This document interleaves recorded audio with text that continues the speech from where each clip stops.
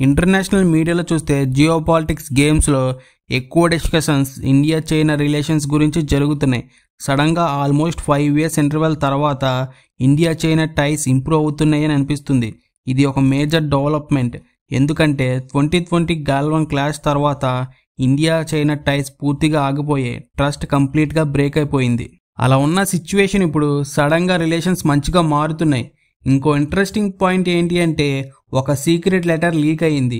ఇది చాలా sensational news లాగా మీడియాలో సర్క్యులేట్ అవుతుంది. రీసెంట్గా బ్లూంబర్గ్ ఒక ఆర్టికల్ పబ్లిష్ చేసింది. దీనిలో చెప్పారు జీ జిన్పింగ్ మార్చిలో ఇండియాకి ఒక సీక్రెట్ లెటర్ పంపించాడని. ఆ లెటర్లో జీ జిన్పింగ్ చెప్పింది ఏంటంటే రిలేషన్స్ రీస్టోర్ చేయడానికి టైం వచ్చింది అని. మీరేమనుకుంటున్నారు? ఇండియా రెడీయేనా? ఈ మధ్య కాలంలో ట్రంప్ చాలా ప్రాబ్లమ్స్ క్రియేట్ చేశాడు, ఇంకా చేస్తాడు. మరి ఇండియా చైనా ఒకటిగా నిలబడతారా? కామెంట్స్లో చెప్పండి. ఈ స్టేట్మెంట్లో చాలా ఇన్డెప్త్ మీనింగ్ ఉంది. ఒక సైడ్లో చైనాకి క్లియర్గా తెలుస్తుంది అమెరికా యాంటీ చైనా లాగా బిహేవ్ చేస్తుంది అని. ఇంకో సైడ్లో ఇండియా కూడా ట్రంప్ టార్గెట్ చేస్తున్నాడు అని. అందుకే షీ జిన్పింగ్ ట్రై చేశాడు. ఒక సైకలాజికల్ పిచ్ క్రియేట్ చేసి ఎనిమీస్ని ఎదిరించడానికి మనం ఒక్కటిగా ఉంటే బెటర్ అని. ఇది ఒక సెన్సేషనల్ లీక్ లాగా కనిపిస్తుంది. ఈ సీక్రెట్ లెటర్ వల్ల చాలా చేంజెస్ వచ్చాయి. ఎందుకంటే ఒక దేశం హెడ్ ఆఫ్ ద స్టేట్, ముఖ్యంగా చైనా లాంటి దేశం ఇండియాతో ఇష్యూస్ ఉన్నా కూడా సీక్రెట్ లెటర్ పంపించింది అంటే దానికి ఒక డీప్ స్ట్రాటజీ క్యాలిక్యులేషన్ ఉంటుంది. షీ జిన్పింగ్ కూడా ఇండియాని డైరెక్ట్గా రీచ్ అవ్వాలని స్ట్రాంగ్గా అనుకుంటున్నాడని అర్థం.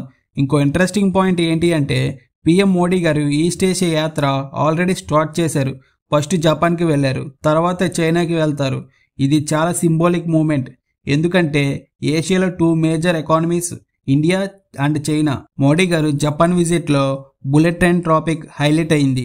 ఇంకా India Japan relations technology, infrastructure, security యాంగిల్లో స్ట్రెంగ్తన్ అయ్యి ఉంది. కానీ ప్యారలల్గా ఎక్కువ ఆర్టికల్స్ ఇప్పుడు షీ జిన్పింగ్ సీక్రెట్ లెటర్ గురించి పబ్లిష్ అయ్యాయి. వెస్టర్న్ మీడియా కూడా ఫస్ట్ రిపోర్ట్ చేసింది మార్చిలో షీ జిన్పింగ్ అన్ఎక్స్పెక్టెడ్గా లెటర్ పంపించాడు అని. ఇండియా కూడా అస్సలు ఊహించలేదు. సడన్గా షీ జిన్పింగ్ తన సైడ్ నుండి ఫ్రెండ్షిప్ చేద్దామని, ట్రస్ట్ని మళ్ళీ బిల్డ్ చేద్దామని ప్రపోజ్ చేశాడు. లెటర్లో షీ జిన్పింగ్ మెయిన్ కన్సర్న్ ఏంటి అంటే ఇండియా అమెరికా మధ్య ఎవరైనా మేజర్ అగ్రిమెంట్ సైన్ చేస్తే దానివల్ల చైనా ఇంట్రెస్ట్ హర్ట్ అవుతుందని వాళ్ళ డౌట్. క్లియర్గా చైనీస్ గవర్నమెంట్ అప్పుడు అనుకుంది ట్రంప్ వల్ల ఇండియా అమెరికా రిలేషన్స్ చాలా స్ట్రాంగ్ అవుతాయని.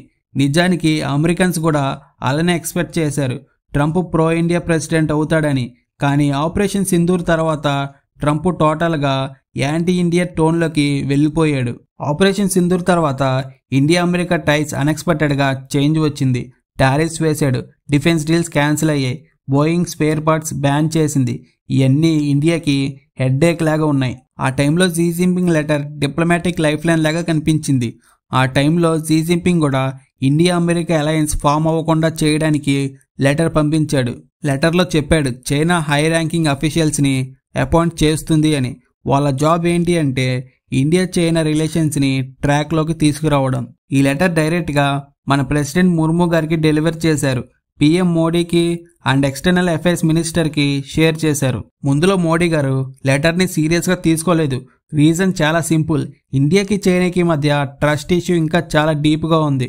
2020 ఇన్సిడెంట్స్, గాల్వన్ సాక్రిఫైజెస్, బోర్డర్స్లో టెన్షన్స్, ఇవన్నీ ఇప్పటికి కూడా ఇండియన్ సిస్టమ్స్లో మెమొరీలో ఉన్నాయి. అందుకే ఇండియా వెయిట్ చేస్తూ అబ్జర్వ్ చేస్తుంది షీ జిన్పింగ్ ఎంత సీరియస్గా ఉన్నాడు అని. ఫైనల్గా జూన్లో పీఎం మోడీ గారు రెస్పాండ్ ఇవ్వాలని డిసైడ్ అయ్యారు. మెయిన్ రీజన్ ఏంటి అంటే ట్రంప్ అప్పటికే టారిఫ్స్ డబల్ చేశాడు. జూన్ ఎండ్కి ఇండియా చైనా 2 దేశాలు రిలీజ్ అయ్యాయి. ట్రంప్ను ఎదిరించడానికి ఒక్కటిగా నిలబడాలి అని. ఏషియాలో ఈ 2 దేశాలు కలిస్తే మిగతా కంట్రీస్ అన్నీ కూడా స్ట్రెంగ్తన్ అవుతాయి. ఈ క్యాలిక్యులేషన్లో ఇండియా డీప్గా ఆలోచించి చైనాతో అప్రోచ్ అయింది. అందుకే డైరెక్ట్ ఫ్లైట్స్ మళ్ళీ ఓపెన్ చేశారు. మోడీ గారు అప్కమింగ్ ఎస్సీఓ సమ్మిట్కి చైనాకి వెళ్తారు. Xi Jinping grand welcome arrange చేశారు. ఈ వెల్కమ్ సింపుల్ ప్రోటోకాల్ కాదు, ఒక strategic message. We want India back in fold. చాలా ఇయర్స్ తర్వాత ఇండియా చైనీస్ నేషనల్స్కి వీసా ఇవ్వడం స్టార్ట్ చేసింది. ఇది ఒక మేజర్ మూవ్. దీనికి రెస్పాన్స్గా చైనా ఫెర్టిలైజర్స్ ఇండియాకి ఎక్స్పోర్ట్ చేయడానికి రెడీ అయింది. అగ్రికల్చర్ యాంగిల్లో ఇండియాకి ఫెర్టిలైజర్స్ చాలా క్రిటికల్. అలానే గుజరాత్లో ఉన్న రిఫైనరీ మీద శాంక్షన్స్ ఉండటం వల్ల petrol and diesel Europe union కొనడం ఆపేసింది. ఆ టైంలోనే చైనా ఆ ప్రొడక్ట్స్ మేం కొంటామని ముందుకొచ్చింది.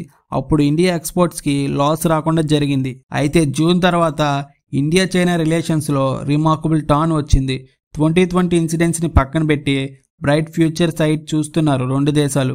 కానీ డౌట్ న్యాచురల్గా వస్తుంది, టారిఫ్స్ ఎక్కువ ఇండియా మీద పడ్డాయి కదా, చైనాకి ఎందుకు టెన్షన్స్ అని.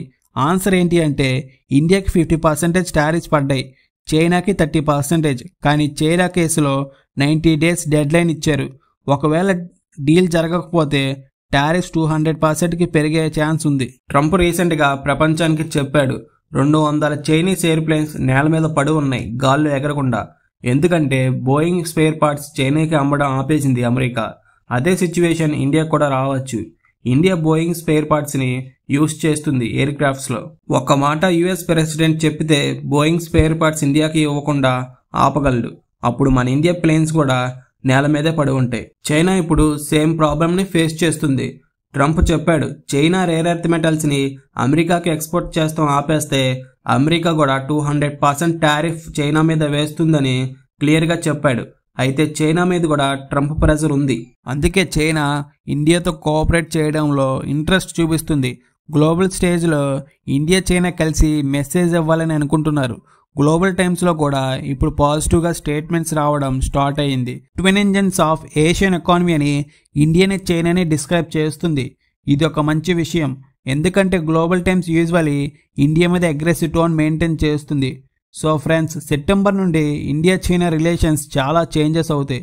ట్రంప్ డెఫినెట్గా షాక్ అవుతాడు. నేను ఫైనల్గా చెప్పేది ఏంటి అంటే ఇండియా చైనా రిలేషన్స్ అనేవి ఇప్పుడున్న ప్రజెంట్ సిచ్యువేషన్లో చాలా ఇంపార్టెంట్. ఎందుకంటే ట్రంప్ టారిఫ్స్ అనేవి మేజర్ ఎకానమీస్ మీద చాలా ఇంపాక్ట్ చూపిస్తుంది.